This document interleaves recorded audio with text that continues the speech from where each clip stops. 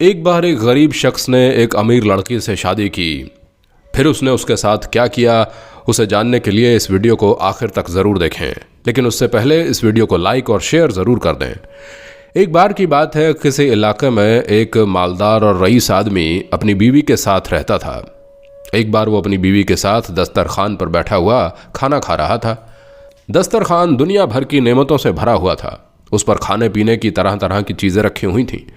वो दोनों मियाँ बीवी खाने के लिए बिस्मिल्लाह करने ही वाले थे कि इतने में किसी ने दरवाजे से ये आवाज़ लगाई कि अल्लाह के नाम पर मेरी मदद करो, मैं काफ़ी दिनों से भूखा हूँ। आपके घर में अगर कुछ खाने पीने को है तो अल्लाह के नाम पर मुझे दे दो।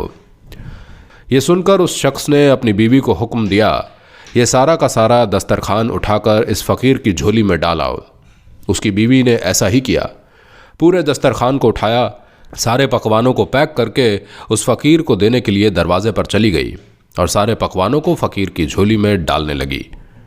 औरत जैसे ही सारा खाना फ़कीर की झोली में डाल रही थी कि इतने में उस फ़कीर की नज़र उस औरत के चेहरे पर पड़ गई।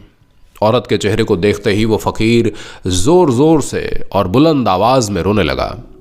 जब औरत के शौहर ने सुना कि फ़कीर ज़ोर ज़ोर से रो रहा है तो वो दरवाजे पर आया और अपनी बीवी से कहने लगा, ये फ़कीर को क्या हो गया है? इसे खाने के लिए इतना कुछ दे दिया है, फिर भी ये क्यों रो रहा है? बीवी बोली, आप अंदर चलिए, मैं आपको सब कुछ बताती हूँ। उसके बाद दोनों मियाँ बीवी घर का दरवाज़ा बंद करके अंदर गए।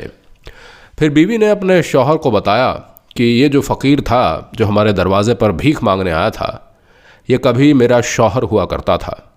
कई साल पहले ये फ़कीर इस शहर का सबसे मालदार और सबसे रईस आदमी था और आज हम जिस कोठी में रह रहे हैं ये इसका मालिक था और मेरा पहला निकाह भी इस शख्स के साथ हुआ था। शादी के कुछ दिनों के बाद हम दोनों भी ऐसे ही दस्तरखान पर बैठकर खाना खा रहे थे।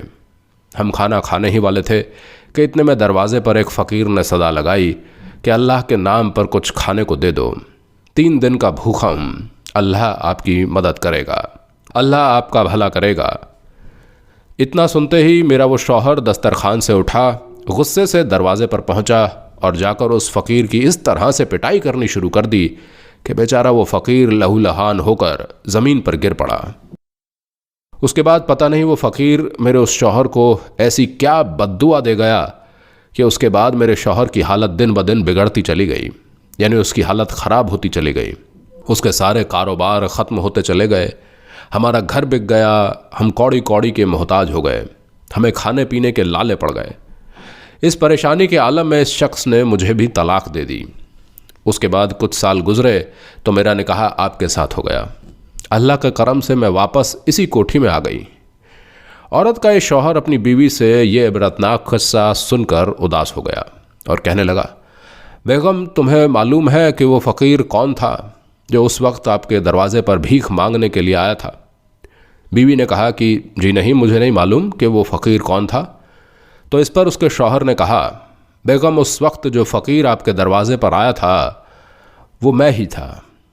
ये सुनकर बीवी हैरान हो गई और अपने हाथ अल्लाह की बारगाह में उठाए और कहने लगी, या अल्लाह, उस शख्स की एक एक चीज़ इस फ़कीर की झोली में डाल दी, उसका माल, उसकी दौलत, गाड़ी, कोठी इसकी झोली में डाल दी।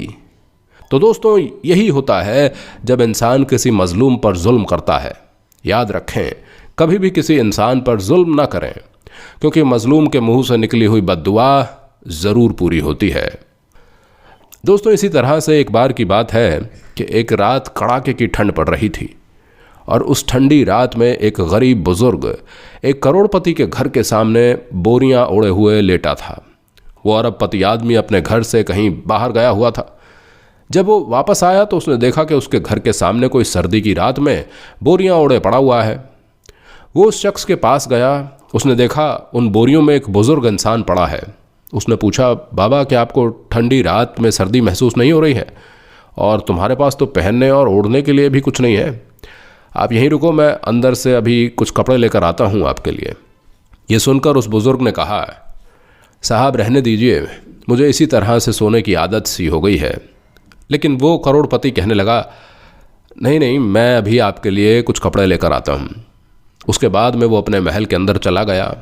ये देखकर बुज़ुर्ग इंसान बहुत खुश हुआ और उसका इंतज़ार करने लगा अब वो अमीर शख्स अपने महल में जाने के बाद वो किसी और काम में मग्न हो गया और बूढ़े बुजुर्ग को भूल गया। इस तरह वो बूढ़ा रात भर इंतज़ार करता रहा।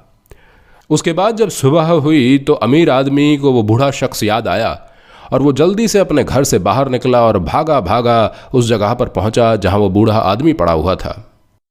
अमीर आदमी उसे देखकर हैरान हो गया क्योंकि वो बूढ़ा शख्स मर चुका था। अमीर आदमी ने देखा उसके पास एक चिट्ठी पड़ी हुई है। उसने वो उठाई और पढ़ने लगा। पढ़ते पढ़ते उस अमीर आदमी की आंखों में आंसू आ गए।